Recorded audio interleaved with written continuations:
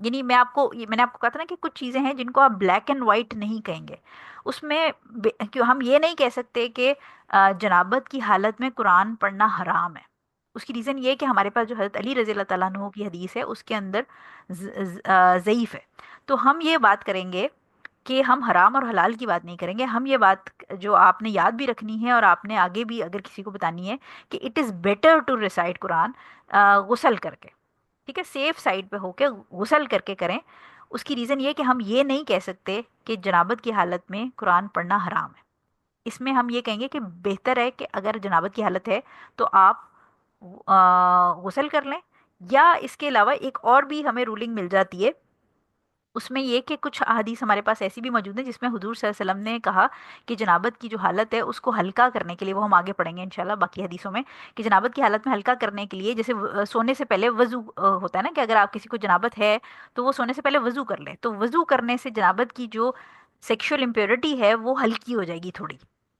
ٹھیک ہو گیا. تو ایسا بھی کر سکتے ہیں. اگر کسی کو بہت پرابلم ہے کہ اس کو جنابت کی حالت میں کچھ پڑھنا ہی ہے قرآن، تو پھر وہ وضو کر لے. بہتر یہ ہے کہ وہ جنابت کی حالت میں نہ پڑھے، لیکن ہم اس کو ممنوع نہیں کہہ سکتے. ٹھیک ہو گیا. دوسری چیز یہ کہ ایک اور جو اس میں ہمیں جو گروپ یہ کہتا ہے کہ ممنوع نہیں ہے جنابت کی حالت میں، وہ یہ داؤد کے اندر ایک حدیث ہے، حدیث نمبر 17. اگر آپ اس کو دیکھنا چاہیں تو دیکھ سکتے ہیں. اس میں امپورٹنٹ چیز بیسیکلی وہ یہ کہتے ہیں کہ یہ جو کام تھا کہ حضور صلی اللہ علیہ وسلم نہیں پڑھاتے تھے، یہ ان کا اپنا فیل تھا، لیکن امت کو انہوں نے یہ حکم نہیں دیا. یعنی حضرت علی رضی اللہ تعالیٰ عنہ، اگر آپ پیچھے حدیث دوبارہ دیکھیں تو حضرت علی جو ہیں رضی اللہ تعالیٰ عنہ، وہ کیا کہہ رہے ہیں کہ حضور صلی اللہ علیہ وسلم ہمیں جنابت کی حالت میں قرآن نہیں پڑھایا کرتے تھے. یعنی یہ حضور صلی اللہ علیہ وسلم کا فیل ہے، لیکن حضور صلی اللہ علیہ وسلم نے اس کو آگے امت کو آرڈر نہیں دیا کہ تم نہیں پڑھو جنابت کی حالت میں. ٹھیک ہو گیا. تو اس سے ہمیں یہ چیز پتہ چلتی ہے کہ کچھ چیزوں میں، جیسے فار ایگزامپل اگر آپ نے وہ والی سچویشن سنی ہو کہ حضور صلی اللہ علیہ وسلم اور صحابہ کسی جگہ پہ انوائٹڈ تھے ڈنر یا لنچ پہ، اور وہاں پر جو ہے وہ جو یہ ہوتا ہے آپ کا جو بڑی والی چھپکلی ٹائپ ہوتی ہے جو صحرا کی، آئی ڈونٹ نو اس کو گو کہتے ہیں اردو میں، بٹ ڈریگن یا پتہ نہیں کوئی بھی بڑی سی چھپکلی ہوتی ہے، لیکن ہوتا وہ بڑا سارا ریپٹائل، اس میں گوشت ہوتا ہے اور صحرا کے ایریاز میں زیادہ ہوتا ہے. اب مجھے ایگزیکٹلی اس کا نام نہیں پتا اردو میں کیا ہوتا ہے. وہ سرو کی تھی بھنی ہوئی، تو صحابہ کھانے لگے تو حضور صلی اللہ علیہ وسلم نے جو ہے نا وہ انکار کر دیا کھانے سے. تو صحابہ کو ایک دم سے ہوا کہ کیا یہ جائز ہے، مطلب حرام تو نہیں ہے کھانا؟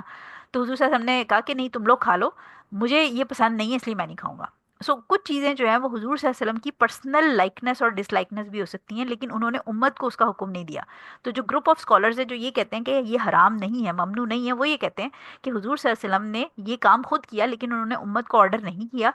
بالکل اسی طرح جیسے داؤد کے اندر جو سنن نبی داؤد ہے اس کے اندر حدیث نمبر 17 کو جب آپ پڑھتے ہیں تو حضور صلی اللہ علیہ وسلم کے پاس ایک کوئی صحابی آئے، اور صحابی جو ہیں، یہ مفہوم میں آپ کو بتا رہی ہوں، کہ انہوں نے سلام کیا اور حضور صلی اللہ علیہ وسلم اس وقت ٹوائلٹ یوز کر رہے تھے، اور انہوں نے سلام کیا تو حضور صلی اللہ علیہ وسلم نے جواب نہیں دیا، اور اس کے بعد پھر انہوں نے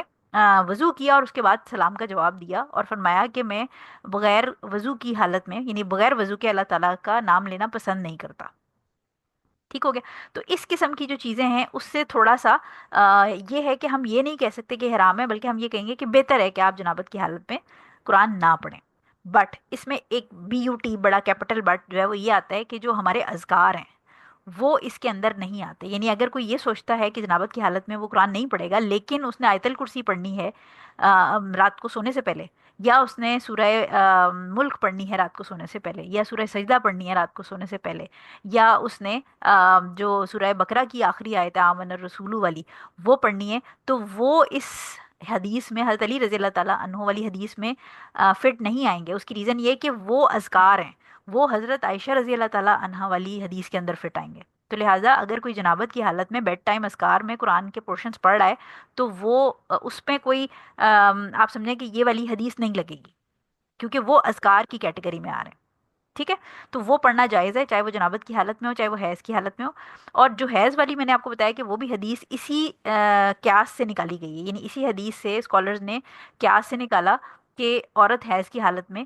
نہیں پڑھ سکتی قرآن شریف. لیکن ایک بات آپ نے یاد رکھنی ہے کہ حضور صلی اللہ علیہ وسلم کے زمانے میں بھی صحابیات کو حیض ہوتا تھا. یہ کوئی نئی کنٹمپریری عورتوں کو مسئلہ نہیں ہونا شروع کیا. تو ایک چیز آپ زبردستی قیاس سے نہ نکالیں، کیونکہ حضور صلی اللہ علیہ وسلم کے زمانے میں بھی عورتوں کو حیض ہوتا تھا، اور کہیں پر بھی ہمیں کوئی حدیث نہیں ملتی یا کوئی نریشن ایون صحابیات سے بھی نہیں ملتی کہ نبی کریم صلی اللہ علیہ وسلم نے حیض کی حالت میں عورتوں کو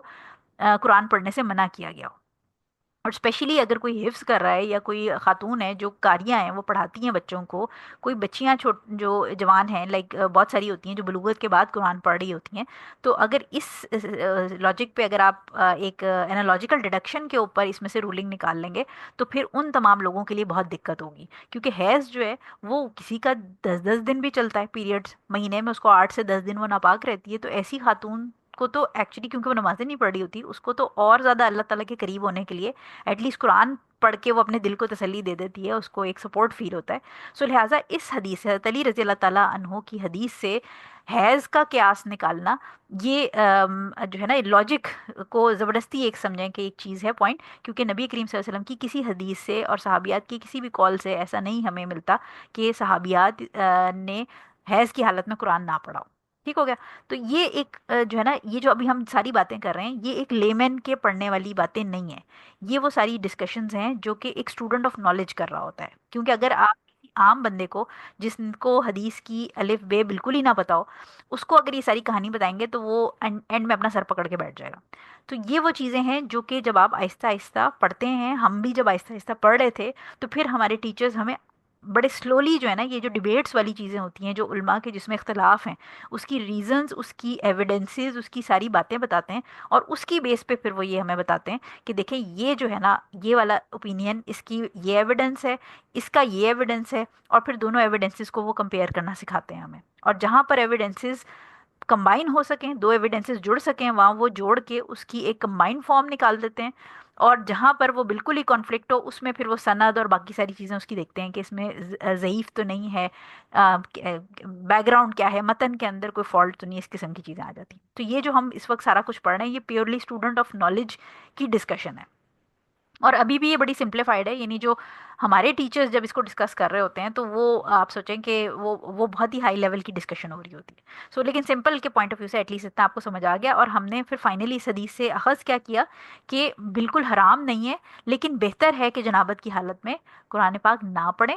اگر اسی حدیث سے آپ حیض کی لاجک نکالیں گے تو وہ سینسیبل نہیں ہے، کیونکہ اس حدیث میں حیض کا کوئی ذکر نہیں ہے، اور نہ ہمیں صحابیات اور نبی کریم صلی اللہ علیہ وسلم سے حیض کے اندر قرآن نہ پڑھنے کی کوئی دلیل ملتی ہے۔ سو اس حدیث کے اندر صرف ہمیں جنابت کی بات ہوئی ہے، اور جنابت کی بات جو ہے وہ یہ ہے کہ بہتر یہ ہے کہ آپ غسل کر لیں، اور اگر اذکار آپ پڑھ رہے ہیں تو وہ اس حدیث سے ہٹ کے ہیں، وہ آپ ہر حالت میں پڑھ سکتے ہیں۔ آپ اپنی سورہ ملک بھی پڑھ سکتے ہیں، آپ اپنی جو ہے وہ سورہ سجدہ بھی پڑھ سکتے ہیں، آپ آیت الکرسی بھی سونے سے پہلے پڑھ کے سو سکتے ہیں، آپ چاروں کل بھی پڑھ کے سو سکتے ہیں جنابت کی حالت میں، اور آپ سورہ بقرہ کی لاسٹ 2 آیتیں بھی پڑھ کے سو سکتے ہیں، کوئی مسئلہ نہیں۔ ٹھیک ہو گیا؟ اب آ جاتے ہیں ہم لاسٹ حدیث پہ، حدیث نمبر 103۔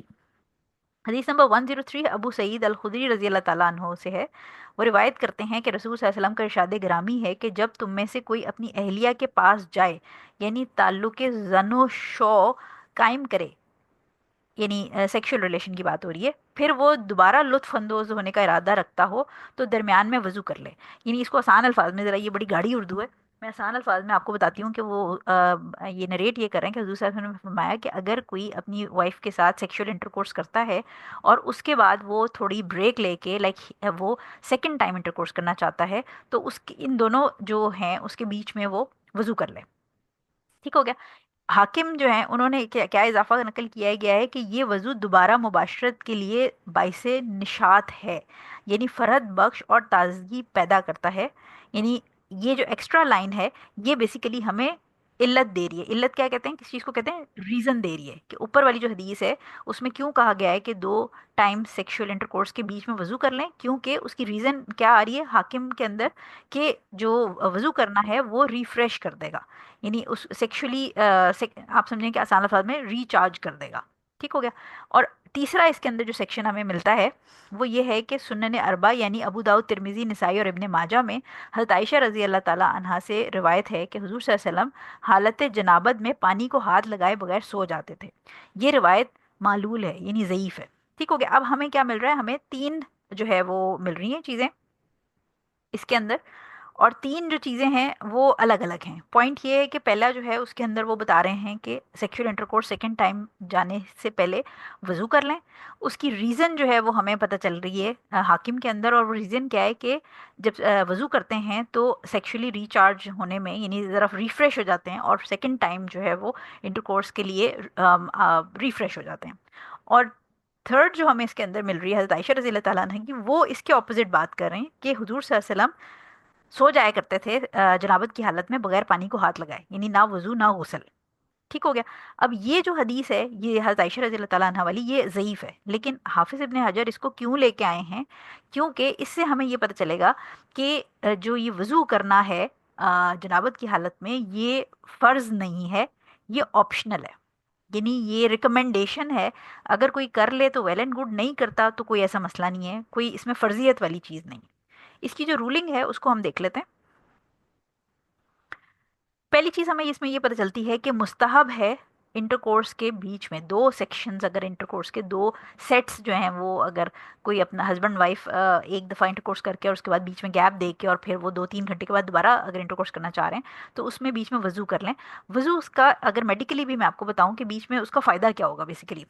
اس کا فائدہ میڈیکلی یہ ہوگا کہ جب بیچ میں وضو ہو جائے گا تو ایک تو پہلی چیز یہ کہ وہ جو جتنی سیکریشنز وغیرہ ہیں وہ obviously کیونکہ وضو کرنے سے پہلے ٹوائلٹ بھی جائیں گے، وہ استنجا کریں گے، جو بھی سیکریشنز وغیرہ لگی ہیں ان کو صاف کریں گے، پھر وضو کریں گے نا، یہ نہیں سب کچھ گندا گندا لگا ہوا ہے اس کے اوپر وضو تو نہیں ہوگا.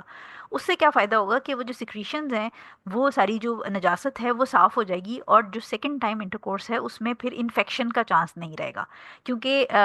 جو گندگی ہے، یہ جو سیکشل انٹیمیسی کے بیچ میں گندگی ہے، اس میں خواتین کو یورینری ٹریک انفیکشن ہو جاتے ہیں بہت دفعہ، ان کو یورین پاس کرنے میں جلن ہونے لگ جاتی ہے، ان کو یورین پاس کرنے میں درد ہونے لگ جاتی ہے. سو اس میں بہت زیادہ اس کا ہوتا ہے کہ جو سیکشل انٹرکورس ہیں اسپیشلی جو نیولی ویڈ ہوتے ہیں ان کو بہت دفعہ ایسا ہوتا ہے کہ یورینری ٹریک انفیکشن خواتین کو اسپیشلی ڈیولپ ہو جاتا ہے. اور پلس یہ کہ اوبیسلی وہ ڈسچارجز ہیں مختلف طرح کے جو لگے ہوئے ہیں، تو وہ جب سیکنڈ ٹائم آپ جائیں گے تو ہے بے شک جو ہے وہ ہسبینڈ اینڈ وائف ہیں، لیکن اوبیسلی وہ انفیکشن ہونے کا اس میں چانس ہوتا ہے. دوسری بات یہ کہ اگر کسی کی 2 وائفز ہیں یا 3 وائفز ہیں تو obviously اگر وہ ایک وائف کے پاس سے گئے ہیں سیکنڈ وائف کے پاس، تو اس میں بھی پھر یہ ہے کہ وہ ایک وائف کی سیکریشنز لے کے دوسری وائف کے پاس جانا بھی وہ بھی کوئی لائک ریکمینڈڈ چیز نہیں ہے. ٹھیک ہے، تو میڈیکلی بھی اس میں فائدہ ہے. دوسری بات یہ کہ obviously جب منہ ہاتھ دھوتے ہیں فریش ہو جائیں گے تو ذرا ایک تھکاوٹ اتر جائے گی اور جنرلی بھی آپ فریش فیل کریں گے. سو پہلی چیز تو یہ ہوگی کہ وضو کے بیچ میں دونوں کے بیچ میں سوری جو انٹر کے بیچ میں وضو کر لینا مستحب ہے، obligatory نہیں ہے. دوسری چیز یہ کہ حضرت عائشہ رضی اللہ تعالیٰ عنہ کی جو ہم نے بات کی کہ یہ جو حدیث ہے وہ ضعیف ہے، لیکن اس کو صرف اس لیے ڈالا گیا ہے یہ بتانے کے لیے کہ حضور صلی اللہ علیہ وسلم جو ہے، حالانکہ یہ ضعیف حدیث ہے لیکن یہ باقی اور بھی ڈفرینٹ ایویڈنسز سے سپورٹڈ ہے کہ وضو کر کے سونا یا غسل کر کے سونا جنابت کی حالت میں فرض نہیں. ٹھیک ہو گیا. یعنی بیسیکلی اس میں 3 لیول ہیں جو جنابت کی حالت میں آپ کر سکتے ہیں کام. یعنی اگر رات کو وائف کے ساتھ یا ہسبینڈ کے ساتھ انٹرکورس ہوا اور اس کے بعد صبح فجر سے پہلے آپ کو پاک ہونا ہے نا، اوبیسلی فجر کی نماز تو آپ نہیں پڑھ سکتے جنابت کی حالت میں، تو اگر رات کو ہوا تو اب سونے سے پہلے جو ہے وہ پہلی آپشن یہ ہے کہ غسل ہی کر کے سو جائیں. لیکن غسل جو ہے وہ اب لیٹس اسیوم کہ سردیوں کے دن ہے، کوئی ایسی جگہ ہے جہاں پر پانی ٹھنڈا ہے، گیس بھی نہیں آ رہی، بجلی بھی نہیں آ رہی، پانی گرم کرنے کا کوئی چانس نہیں ہے، تو ایسی کیس میں بالکل رات میں پیک رات کے اندر غسل کرنا مشکل ہو جائے گا. ٹھیک ہے، تو پہلی چیز تو یہ کہ غسل اگر کر سکتے ہیں تو غسل کر کے سو جائیں. دوسری آپشن یہ ہے کہ سونے سے پہلے وضو کر لیں. وضو جو ہے وہ کیا کرے گا کہ جو جنابت ہے اس کو تھوڑا لائٹر کر دے گا، یعنی ہلکا کر دے گا، اس کو تھوڑا لائٹر موڈ میں لے جائے گا. آلدو کہ جنابت ہوگی، وضو کر کے آپ نماز نہیں پڑھ سکتے، لیکن سونے سے پہلے وضو کر لیں. پلس یہ کہ ہم نے ویسے بھی ڈفرینٹ احادیث کے اندر یہ پڑھا ہوا ہے، حضور صلی اللہ علیہ وسلم نے بڑا انکریج کیا کہ رات کو سونے سے پہلے وضو کر کے سوئیں، کیونکہ وضو کر کے سونا جو ہے وہ سنت ہے اور ریکمینڈڈ ہے. ٹھیک ہے، تو اگر وضو کر لیں تو وہ سیکنڈ آپشن ہے. اور تھرڈ آپشن یہ کہ کچھ نہ کریں، ایسے ہی سو جائیں اور فجر سے پہلے اٹھ کے پھر غسل کر لیں. تو یہ 3 آپشن ہمارے پاس اویلیبل ہیں، اور تینوں جو ہیں اس میں یہی چیز ہے کہ اگر آپ رات کو غسل کر کے سونا چاہیں تو وہ بیسٹ ہے، وضو کر کے سو جائیں وہ ریکمینڈڈ ہے، اور ایسے ہی سو جائیں وہ بھی، اس میں بھی کوئی گناہ نہیں ملے گا، کسی کا کوئی مسئلہ نہیں ہے. آپ کو بیسیکلی جنابت کی حالت سے نکلنا ہے فار دا سیک آف نماز. یعنی نماز جو ہے وہ آپ نے پڑھنی ہے. اچھا اسی طرح اگر کوئی جنابت کی حالت میں، جیسے اب آگے رمضان آ رہا ہے، تو اب وہ سحری کر رہا ہے اور لیٹ اٹھ آنکھ کھلی، غسل کا ٹائم ہی نہیں بچا، تو وہ سحری جو ہے وہ کر سکتا ہے جنابت کی حالت میں، اور پھر جب وہ سحری کر لے تو پھر اس کے بعد آرام سے غسل کر کے وہ فجر کی نماز پڑھ لے. ٹھیک ہے، تو یہ سحری کے ٹائم پہ بھی اگر کوئی غسل نہیں کر سکا تو ایسا نہیں ہے کہ آپ روزہ نہیں رکھ سکتے. وہ جنابت کی حالت میں وہ سحری کر لے، اور سحری کر کے اس کے بعد وہ غسل کر کے پھر اپنی فجر کی نماز پڑھ لے. ٹھیک ہو گیا. سو یہ ہماری بیسک چیزیں تھیں جو آج ہم نے پڑھی. اس میں یہ کیونکہ بڑے باریکیاں تھیں اس لیے تھوڑی تھوڑی حدیثیں میں نے رکھی تھیں تاکہ اوور لوڈ نہ ہو جائے. لیکن انشاءاللہ یہ 5 ہماری آج ہو گئی ہیں. کل ہم 5 فنش کریں گے، اور یہ کل انشاءاللہ ہمارا پھر باب جو ہے 104 سے لے کے 108 تک ہم انشاءاللہ کل کریں گے، اور یہ ہمارا کمپلیٹ ہو جائے گا. اس کے بعد اگلے ہفتے ہم باب جو تیمم کا باب ہے وہ شروع کریں گے. ٹھیک ہو گیا. سو جزاک اللہ خیر فار اٹینڈنگ. آئی ہوپ کہ یہ آج کی تھوڑی ٹیکنیکل سی کلاس تھی، آپ کو سمجھ آ گئی ہوگی. خیال رکھیے گا اپنا. کلاس وائنڈ اپ کر لیتے ہیں. سبحانک اللہم و بحمدک، اشہد ان لا الہ الا انت، استغفرک و اتوب الیک. السلام علیکم ورحمۃ اللہ وبرکاتہ.